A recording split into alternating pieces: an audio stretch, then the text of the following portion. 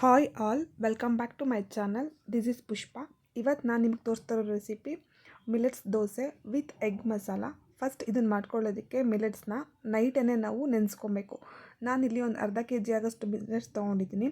ಅದಕ್ಕೆ ಒಂದು ಕಾಲು ಲೋಟ ಆಗೋಷ್ಟು ಉದ್ದಿನಕಾಳು ತೊಗೊಂಡಿದ್ದೀನಿ. ಅದಕ್ಕೆ 1 ಸ್ಪೂನ್ ಆಗೋಷ್ಟು ಮೆಂತ್ಯ ತೊಗೊತಾ ಇದ್ದೀನಿ. ಇಷ್ಟನ್ನು ನಾವು ನೀರಲ್ಲಿ ನೀಟಾಗಿ 2-3 ಸಲ ನೀಟಾಗಿ ವಾಶ್ ಮಾಡ್ಕೊಳ್ಳಿ. ಮಿಲೆಟ್ಸು ನಾವು ಎಷ್ಟೇ ವಾಶ್ ಮಾಡಿದ್ರು ಸ್ವಲ್ಪ ಅದು ಕಲರ್ ಚೇಂಜೇ ಇರುತ್ತೆ. ಸೊ ಹಾಗಾಗಿ ಒಂದು 2-3 ಸಲ ನೀಟಾಗಿ ಅದನ್ನು ವಾಶ್ ಮಾಡ್ಕೊಳ್ಳಿ. ವಾಶ್ ಮಾಡ್ಕೊಂಡಾದ್ಮೇಲೆ ಅದನ್ನು ಓವರ್ ನೈಟ್ ಫುಲ್ ನೆನೆಸೋದಕ್ಕೆ ಬಿಡಿ. ಅದು ಎಷ್ಟು ಬೇಕೋ ಅಷ್ಟು ನೀರು ಹಾಕ್ಬಿಟ್ಟು ಫುಲ್ ನೆನೆಸಿ. ಮಿಲೆಟ್ಸು ಜಾಸ್ತಿ ನೀರನ್ನ ಅಬ್ಸರ್ವ್ ಮಾಡಲ್ಲ, ಹಾಗಾಗಿ ನಿಮ್ಗೆ ಎಷ್ಟು ಬೇಕಷ್ಟು ನೀರು ಹಾಕ್ಕೊಂಡು ಅದನ್ನು ಓವರ್ ನೈಟ್ ಬಿಡಿ. ಅದನ್ನು ಇವಾಗ ನೀವು ನೋಡ್ಬೋದು, ಅದು ಮಿಲೆಟ್ಸ್ ಅಂತೂ ಸೈಜ್ ಏನು ಇನ್ಕ್ರೀಸ್ ಆಗೋಲ್ಲ, ಜಸ್ಟ್ ನೀರಲ್ಲಿ ನೆನೆಸಿರ್ತೀವಿ ಅಷ್ಟೇ ನಾವು. ಸೊ ಅದನ್ನು ಇವಾಗ ನಾವು ನೀಟಾಗಿ ಎಲ್ಲನೂ ಮಿಕ್ಸ್ ಮಾಡಿಕೊಂಡು ನೀಟಾಗಿ ಇನ್ನೊಂದು ಸಲ ವಾಶ್ ಮಾಡಿಕೊಂಡು ಅದನ್ನು ನುಣ್ಣಗೆ ರುಬ್ಕೊಳ್ಳಿ. ದೋಸೆ ಹಿಟ್ಟು ನಾವು ಯಾವ ರೀತಿ ರುಬ್ತೀವೋ ಅದೇ ಕನ್ಸಿಸ್ಟೆನ್ಸಿಗೆ ಅದನ್ನು ನೀಟಾಗಿ ಗ್ರೈಂಡ್ ಮಾಡ್ಕೊಳ್ಳಿ. ಸೊ ಇವಾಗ ನಾನು ಗ್ರೈಂಡ್ ಮಾಡ್ಕೊಂಡಿದ್ದೀನಿ. ಒಂದು ಪಾತ್ರೆಗೆ ನೀಟಾಗಿ ಎಲ್ಲನೂ ಹಾಕ್ಕೊಳ್ಳಿ. ನಾನು 2 ಬ್ಯಾಚಷ್ಟು ರುಬ್ಕೊಂಡೆ. ಅಷ್ಟನ್ನು ನೀಟಾಗಿ ಹಾಕ್ಕೊಂಡು ಅದಕ್ಕೆ ರುಚಿಗೆ ಎಷ್ಟು ಬೇಕೋ ಅಷ್ಟು ಸಾಲ್ಟ್ ಹಾಕ್ಕೊಂಡು ನೀಟಾಗಿ ಅದನ್ನು ಮಿಕ್ಸ್ ಮಾಡಿ.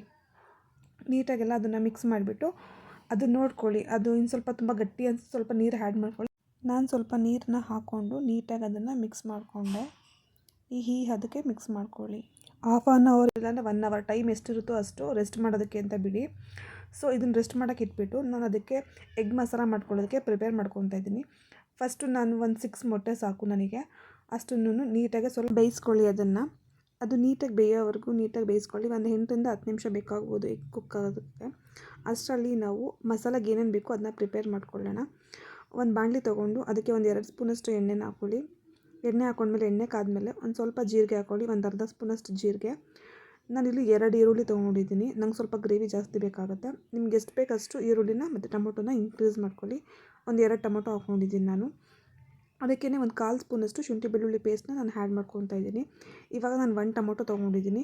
ಅದನ್ನು ನೀಟಾಗಿ ಫ್ರೈ ಮಾಡ್ಕೊಳ್ಳಿ. ನೀಟಾಗಿ ಸ್ವಲ್ಪ ಉಪ್ಪು ಹಾಕ್ಕೊಂಡು, ಸ್ವಲ್ಪ ಸಾಫ್ಟ್ ಆಗುತ್ತೆ, ಸ್ವಲ್ಪ ಉಪ್ಪು ಹಾಕ್ಕೊಳ್ಳಿ. ಉಪ್ಪು ಹಾಕ್ಕೊಂಡು ನೀಟಾಗಿ ಸ್ವಲ್ಪ ಅದನ್ನು ಬಾಡಿಸ್ಕೊಳ್ಳಿ. ನೀಟಾಗಿ ಫ್ರೈ ಆಗಿದೆ ಅಂದಮೇಲೆ ನೀವು ಅದಕ್ಕೆ ಎಲ್ಲ ಸ್ಪೈಸಸ್ನೂ ಹಾಕ್ಕೊಳ್ಳಿ. ಅದಕ್ಕೆ ಸ್ಪೈಸಸ್ ಎಲ್ಲ ಆ್ಯಡ್ ಮಾಡ್ಕೊಳ್ಳೋಣ. ಚಿಲ್ಲಿ ಪೌಡರು, ಗರಂ ಮಸಾಲ, ಧನಿಯಾ, ಸ್ವಲ್ಪ ಅರಿಶಿನ ಪುಡಿ ಇಷ್ಟನ್ನು ಹಾಕ್ಕೊಂಡು ನೀಟಾಗಿ ಮಿಕ್ಸ್ ಮಾಡ್ಕೊಳ್ಳಿ. ಈಗ ಒಂದು 1/4 ಗ್ಲಾಸಷ್ಟು ವಾಟರ್ನ ಹಾಕ್ಕೊಂಡು ಸ್ವಲ್ಪ ಅದು ಮಸಾಲ ಕುಕ್ ಆಗೋಷ್ಟು ಕುಕ್ ಮಾಡಿ. ಇವಾಗ ನಾವು ಬೇಯಿಸಿಟ್ಕೊಂಡಿರೋ ಮುಟ್ಟೆನ ಅದಕ್ಕೆ ಆ್ಯಡ್ ಮಾಡ್ಕೊಳ್ಳಿ. ಅದು ನೀಟಾಗಿ ಕಟ್ ಮಾಡ್ಕೊಂಡು ಹಾಕ್ಕೊಳ್ಳಿ. ನೀಟಾಗಿ ಮಿಕ್ಸ್ ಮಾಡ್ಕೊಳ್ಳಿ. ಅದನ್ನು ನೀಟಾಗಿ ಮಿಕ್ಸ್ ಆದಮೇಲೆ ಅದಕ್ಕೆ ಒಂದು ಸ್ವಲ್ಪ ಸಾಲ್ಟ್ ಬೇಕಾದ್ರೆ ಹಾಕ್ಕೊಳ್ಳಿ. ಸ್ವಲ್ಪ ಕೊತ್ತಂಬರಿ ಸೊಪ್ಪು ಹಾಕ್ಕೊಂಡು ನೀಟಾಗಿ ಮಿಕ್ಸ್ ಮಾಡಿದ್ರೆ ಎಗ್ ಮಸಾಲ ಫ್ರೈ ರೆಡಿ ಆಗುತ್ತೆ. ಇದಂತೂ ದೋಸೆಗೆ ದ ಬೆಸ್ಟ್ ಕಾಂಬಿನೇಷನ್ ಅಂತಲೇ ಹೇಳ್ಬೋದು. ಇವಾಗ ದೋಸೆ ಹಾಕ್ಕೊಂಡ್ಬಿಡೋಣ ನಾವು. ಬಿಸಿ ಬಿಸಿ ದೋಸೆಗೆ ಬಿಸಿ ಬಿಸಿ gravy ಸಖತ್ತಾಗಿರುತ್ತೆ.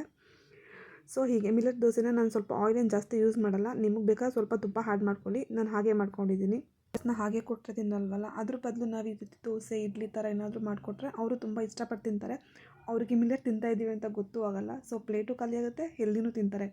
Thank you for watching. Video ಇಷ್ಟ ಆದರೆ ಒಂದು ಲೈಕು, ಒಂದು ಕಮೆಂಟು, ಒಂದು ಶೇರು, ಸಬ್ಸ್ಕ್ರೈಬ್ ಮಾಡಿ.